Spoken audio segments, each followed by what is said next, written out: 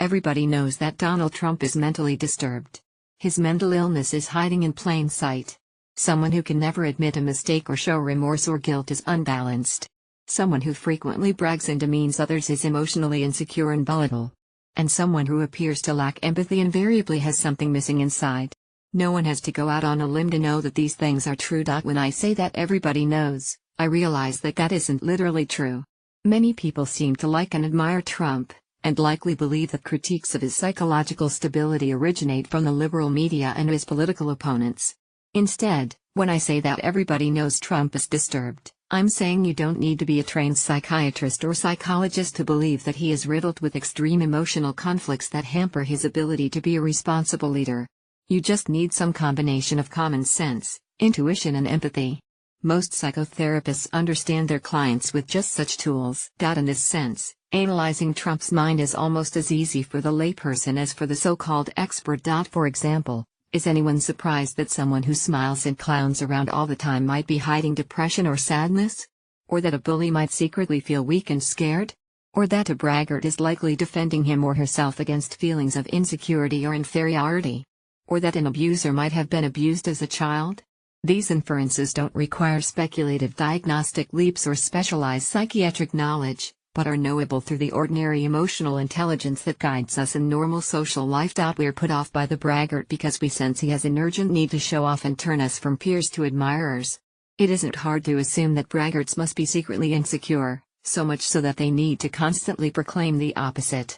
A coach in the National Basketball Association, Greg Popovich, nailed what everyone already knew when he said of Trump, "This man in the Oval Office thinks he can become large by belittling others."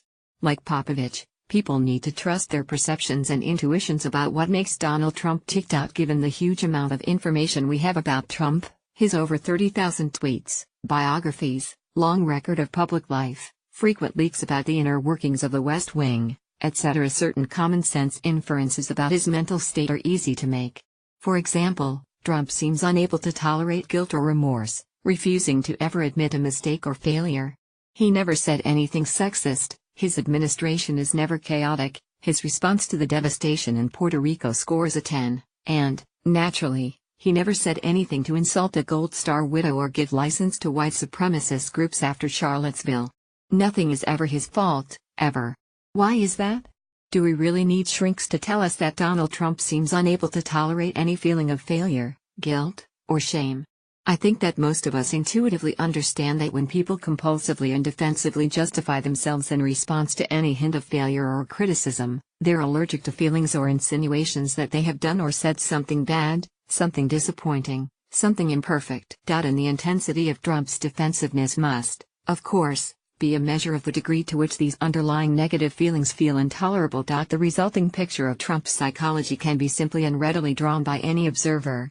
This is a man who cannot tolerate feelings of inferiority, helplessness, shame and/or guilt, and reflexively and compulsively responds to any inkling of these feelings by exaggerated public displays of their opposite. People don't need to defer to so-called experts to know this. Most psychotherapists believe that this need to exaggerate the opposite of a painful, troubling feeling is probably inherent in mental functioning.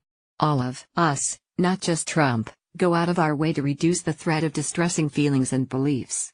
We seek psychological safety, which is often temporarily found in the defensive, but reassuring, assertion of attitudes that directly negate what really most troubles us. This is why we often find abuse in the childhoods of adult abusers. Traumatic feelings of helplessness experienced as a child are later denied and negated by the abuser exercising his or her power to abuse someone else.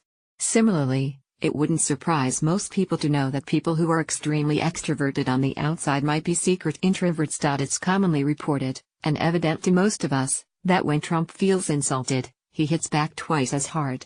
He has felt insulted by, and therefore attacked, Hillary Clinton, Barack Obama, Senators Mitch McConnell and John McCain, James Comey, Jeff Sessions, North Korean leader Kim Jong-un, Australian Prime Minister Malcolm Turnbull, Mexican President E.